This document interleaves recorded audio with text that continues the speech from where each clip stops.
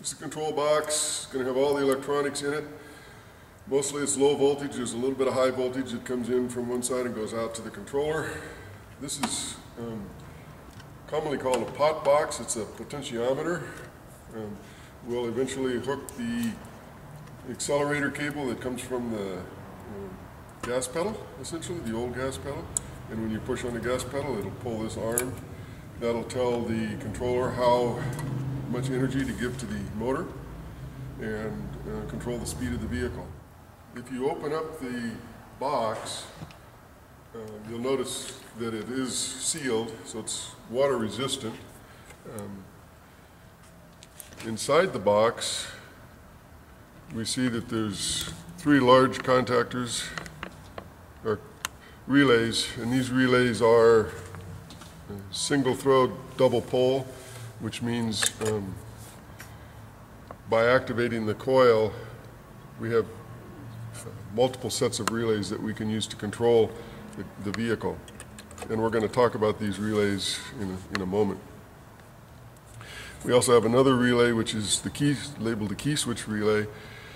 This relay is controlled by the controller, and its primary function is to activate the coil in the contactor. This contactor is a 24-volt contactor. A couple of key things about contactors. So it's a 24-volt contactor, and it is controlled by the key switch through the controller. I just want to differentiate it between another style of contactor. Besides being shorter, this contactor also has an Economizer module. The Economizer module allows the contactor to function with lower current and lower voltage. With this primary contactor that we have, we can't use the Economizer module because Curtis designed it to work just exactly at 24 volts, and we need to keep it within their specification. So, inside the box we have the primary contactor. There's a pilot hole drilled on each side. Notice that the pilot hole is lower than the post. That's so that if any water does come down or get into the vehicle, the water will drip and not come back up and get into the contactor. Whenever you're building your EV, you want to just think about where water would go and then direct it away from where you don't want it. So we don't really want it in here, and we can try to seal it, and we will put a grommet around the hole, but still having the hole lower than the top of the contactor is a good design consideration. Also, you'll see there's a small fuse block. There's a wiring post, and again the 4 relays. K6 relay, and the K3 relay, and the K2 relay are all specified on the wiring document. When we decide how to terminate all the wires and where they go, we just look at the wiring document, and it'll tell us which post to take to which wiring terminal block. If we take these relays out, we can see that the board will come with studs in it. They're basically number 6 bolts with nuts and washers. We do that so that if one of the relays fails, you can just unscrew that relay and replace it without having to take the whole box apart. When we look at the holes that are drilled, we're going to have the high voltage cable come in through here, and it's going to go to the A+. On a contactor, you really want the plus side to the plus side of the battery. So the current will flow here, and it's designed so that if you break the circuit, there's a little magnet in here that'll pull it away, pull the contacts away from each other. So the high voltage will come in through here, it'll be attached here, and then it'll come out here and go out this other hole on this side here. And this is connected directly to the battery. This will be connected directly to the controller. And we'll have caps on there, and we'll show you all of that later on when we go through the wiring phase of this little component. There are some other components that we will end up eventually installing into the vehicle. One is the main fuse, which should be located somewhere in the middle of the battery pack, and it mounts on a fuse holder. And then another component that we'll want to have is called the Inertia Switch.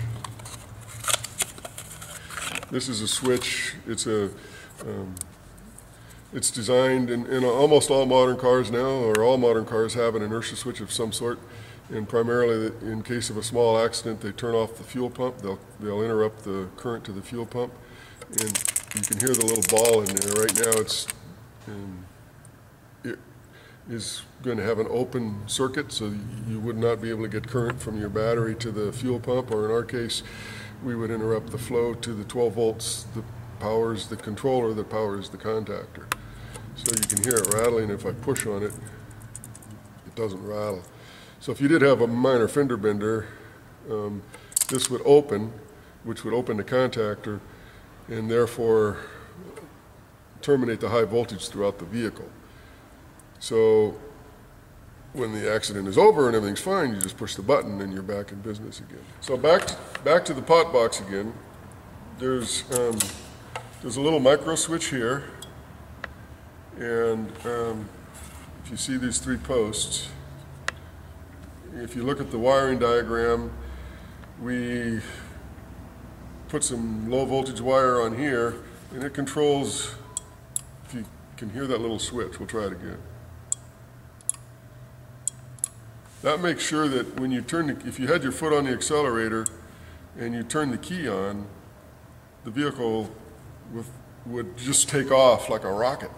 Well, that micro switch interrupts the circuitry, and it's called a neutral on test. It just makes sure that when you actually turn the key on, the pot box has to be in an off position before the controller will turn on and then turn on the contactor. So we have some wires here that will come in. They'll be connected to some posts, and they'll connect to the contactor. Again, it's all in the wiring diagram. And then this is a potentiometer, which means that the more you pull on it, the more resistance the pot box exerts, and the more power it tells the controller to give to the motor.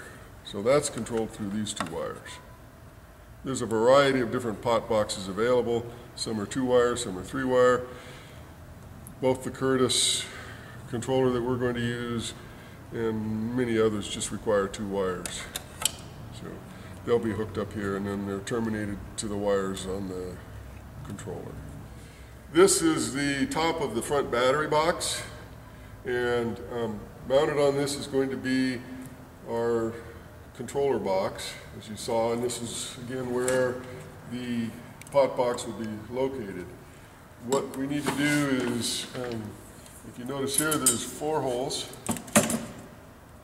and you'll have the bolts for that, but you'll need to locate this on here and locate your holes, and then this will just be mounted right on top of here.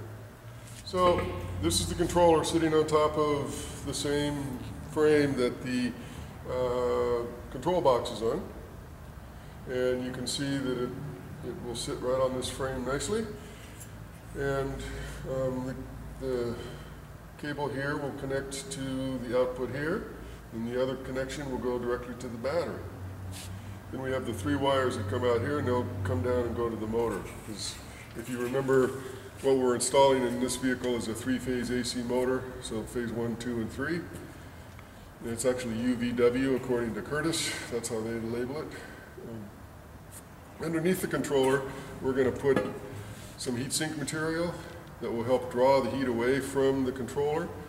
As you know, extruded aluminum will accept heat really quickly. It's one of the really good heat conductors. And we'll also put a fan on there to circulate air around it to help it dissipate the heat. So when we have fins like this, what you end up with is a lot more surface area to cool. So the heat comes through the aluminum, and it then has all the surface area of each of these fins. And then when we blow air on it, it really cools and draws the heat away from the controller really efficiently. The fan is controlled via the circuitry inside the control box. And we turn it on when we turn the motor on. This is the wiring harness that comes with the Curtis. If you open it up, you'll see a big 35-pin connector. It goes into the box like so. And then the cables will come around, and some of them will actually go forward into the cab or back into the cab, and others will actually go right inside the control box to turn on the controller and send the right instructions through the low voltage wiring. There's no high voltage involved in this. It's just the low voltage, either 12 volts or 24 volts. And it looks like a lot of wires, but it's actually quite simple. You notice that there's an attachment right here. It is the bottom of the plug, and it really only goes in one way. You just plug it in, and you'll hear it click a little bit. And then when you want to pull it out, you have to be able to get in there and put a little screwdriver under there and get it out. It won't come out now by itself, so it's a sealed connection.